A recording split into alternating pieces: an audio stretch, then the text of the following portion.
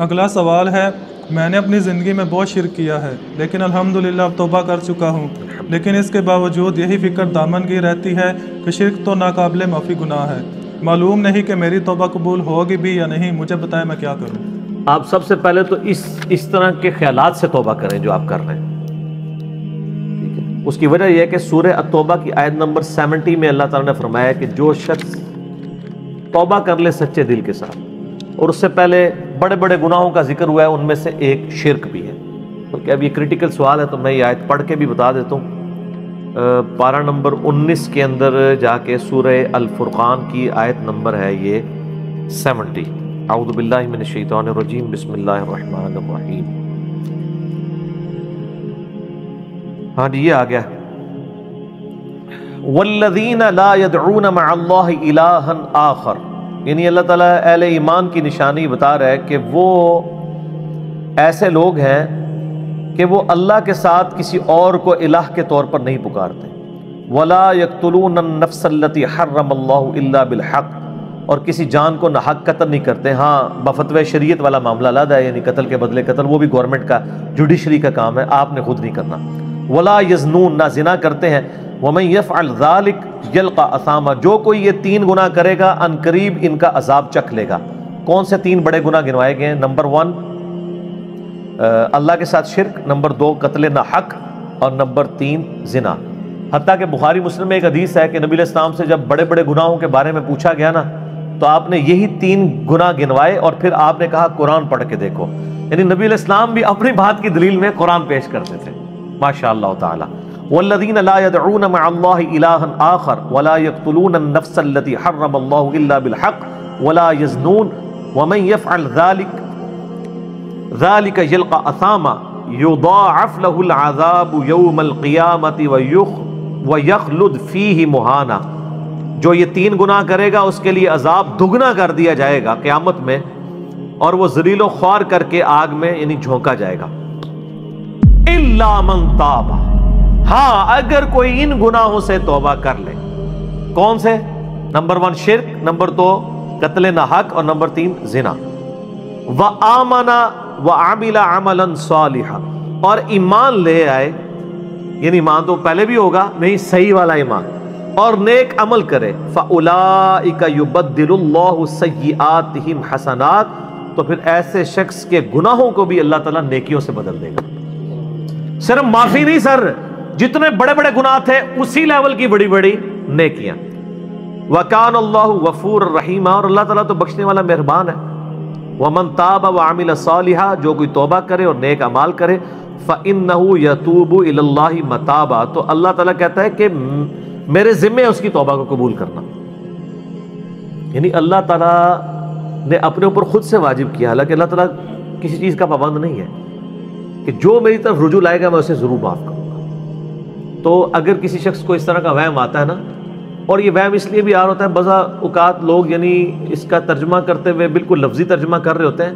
قرآن حکیم کی آیات چونکہ پورے کانٹیکسٹ کے ساتھ ہوتی ہیں، بیک گراؤنڈ میں آیات نازل ہوئی ہوتی ہیں، لہٰذا میں جب بھی ان آیات کا ترجمہ کرتا ہوں نا، جب اسپیسیفکلی شرک کو ایڈریس کر رہا ہوتا ہوں، میرا لیکچر نمبر ہے مسئلہ نمبر 3، دعا صرف اللہ ہی سے، اور سچ پیپر بھی ہے اس کے اوپر، تو ہم یہ ترجمہ جو ہے نا، یہ آیت ان اللہ لا یغفر ان یشرک بہ، بے شک اللہ اس گناہ کو کبھی معاف نہیں کرے گا کہ کوئی شخص اللہ کے حضور قیامت والے دن اس حال میں پیش ہوا کہ اس نے دنیا میں شرک کیا ہوا، یعنی بغیر توبہ کے وہ مرا۔ وَيَغْفِرُ مَا دُونَ ذَلِكَ لِمَن يَشَاءُ، اور شرک کے علاوہ ہر گناہ معاف کر دے گا، وہ بھی اوپن لائسنس نہیں، جس کے لیے چاہے گا۔ یعنی جو شخص شرک سے توبہ کیے بغیر گیا نا، اس کی تو توبہ ہے ہی نہیں قیامت میں۔ ہاں دنیا میں کر گیا وہ معاملہ علیحدہ ہے، قیامت میں اللہ سے اس حال میں ملا کہ اس نے دنیا میں شرک کیا ہوا اور توبہ نہیں کی ہے، تو اللہ تعالیٰ اس کا گناہ معاف نہیں کرے گا۔ وَمَن يُشْرِكْ بِاللَّهِ فَقَدْ ضَلَّ ضَلَالًا بَعِيدًا، جو کوئی شرک کرتا ہے وہ گمراہی میں دور جا پڑا، وَلِعَاذُ بِاللَّهِ تعالی۔ دنیا میں تو میرے بھائی جامعہ ترمذی میں حدیث ہے، نبی علیہ السلام نے فرمایا موت کے غرغرے سے پہلے اللہ تعالیٰ توبہ قبول کرتا۔ موت کے غرغرے سے مراد ہے نزع کا عالم طاری ہونے سے پہلے، جب کسی کو موت نظر آ گئی نا، اب وہ توبہ نہیں کر سکتا۔ وہ تو قرآن حکیم میں ہے نا، فرعون جب ڈوبنے لگا تھا تو اس نے کیا کہا تھا؟ میں ہارون اور موسیٰ کے رب پر ایمان لاتا ہوں، بنی اسرائیل کے رب پہ. تو اللہ تعالیٰ نے کیا فرمایا تھا؟ الآن، اب لایا ایمان. حالانکہ ایمان تو لے آیا تھا، وہ گرگرا تو وہ لے ہی رہا تھا نا، غوطہ تو کھا رہا تھا نا. تو موت کے گرگرے سے مراد ہے نزع کا عالم طاری ہونے سے پہلے. اور اس میں ایک پوائنٹ کئی دفعہ ہائی لائٹ کر چکا ہوں، یہاں پہ بھی کر دوں. اگر آپ کو کسی شخص کے بارے میں یہ پتا چل جائے نا کہ اس کو لا علاج بیماری لگ چکی ہے اور وہ اب کچھ عرصے میں ایکسپائر ہو جائے گا، جیسے کینسر ہے، یعنی ہم نے یہ لرن کر لیا نا کہ کینسر جب تھرڈ سٹیج کے اوپر پہنچ جاتا ہے تو وہ انسان بچتا نہیں. جس شخص کو کینسر ہوا ہے یا سپوز اس کے گردے فیل ہو گئے یا دل بالکل ایج پہ پہنچ چکے، ایسے لوگوں کو یعنی پاکستان انڈیا میں تو لوگ چھپاتے ہیں کہ پہلے ہی نہ کہیں مر جائے. وہ سن کے کتنی حیران کن بات ہے کہ مسلمان جس کے لیے موت ایسٹ ہونی چاہیے، چلو کافر کو تو سمجھ آتا ہے، اس نے تو دنیا ہی کمائی ہے نا، مسلمان بھی مرنے سے پہلے مر جاتا ہے موت کا سن کے. ایسا تو نہیں ہونا چاہیے اصولاً. اور یہ ٹانٹ اللہ نے قرآن پاک میں یہودیوں کو دی ہے سورہ جمعہ کے اندر. یہ کہتے ہیں نا اللہ کے بڑے چہیتے ہیں، ان کو کہو کہ تم موت کی تمنا کرو اگر تم سچے ہو. اگر تم اللہ کے چہیتے ہو تو پھر موت تو تمہارے لیے خوشخبری ہونی چاہیے، لائبلٹی نہیں ہونی چاہیے، ایسٹ ہونی چاہیے. اب یہی تان ہمیں بھی آ رہا ہے. مسلمان کی حالت تو نہیں ہونی چاہیے اس کو موت کا پتہ چلے تو جناب وقت سے پہلے ہی مرنے کی کوشش کرے.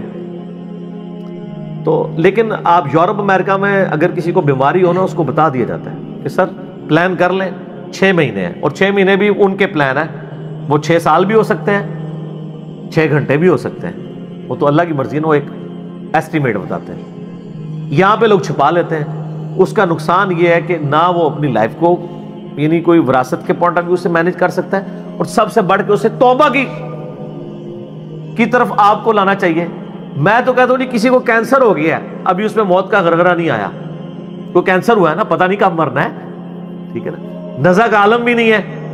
اس کو سب سے پہلے بتائیں کہ بھئی تمہیں لا علاج بیماری ہے، تمہاری ڈیتھ کسی بھی وقت ہو سکتی ہے، اللہ کی طرف رجوع لاؤ. سر اس نے پوری زندگی بھی عیاشی کی تھی نا، وہ اپنی آخرت مینج کر سکتا ہے. وہ تو خیر کر سکتا ہے، ہمیں بھی اپنی آخرت مینج کرنی چاہیے. روزانہ مرنے سے پہلے توبہ کرنی چاہیے. روزانہ ہم مرتے ہیں نا. صحیح بخاری میں حدیث ہے نا، نبی علیہ السلام رات کو سوتے ہوئے کیا دعا مانگتے تھے؟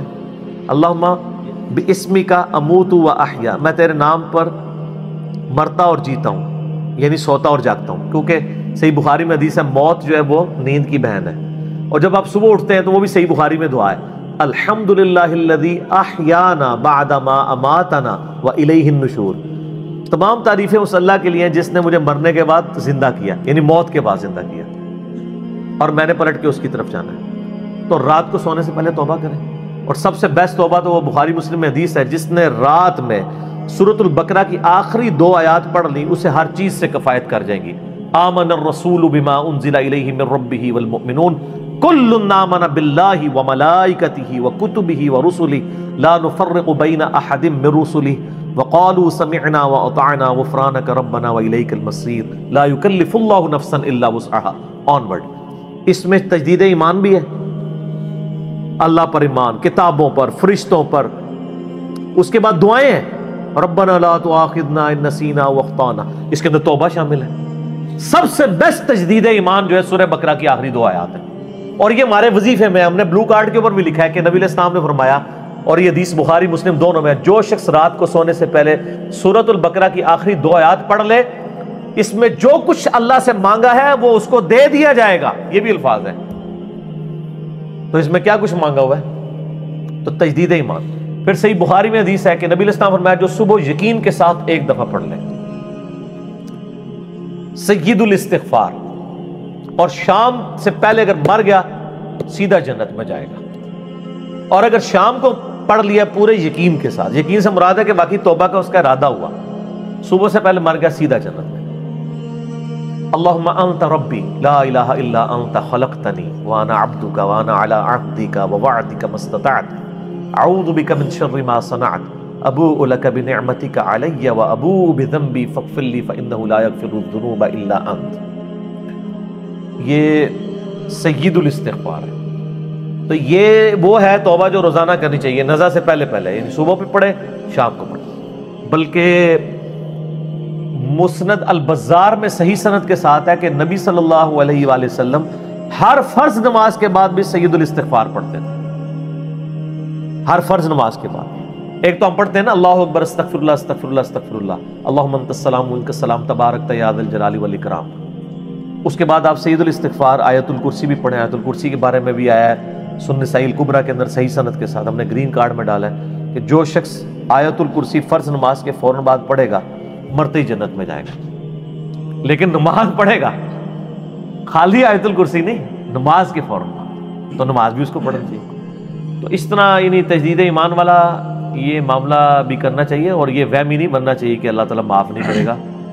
صحیح بخاری اور مسلم دونوں میں حدیث ہے کہ میں اپنے بندے کے گمان کے قریب ہوں، جو بندہ میرے لیے گمان کرتا ہے میں ویسا ہوں اس کے لیے۔ جو شخص یہ کہتا ہے اللہ مجھے معاف نہیں کرے گا تو اس کو واقعی اللہ معاف نہیں کرے گا، اور جو کہے گا کہ اللہ تعالیٰ مجھے معاف کر دے گا اسے اللہ معاف کرے گا۔ تو انشاءاللہ تعالیٰ یہ کبھی ایسا نہیں کرنا چاہیے اللہ تعالیٰ سے نا امیدی والا معاملہ۔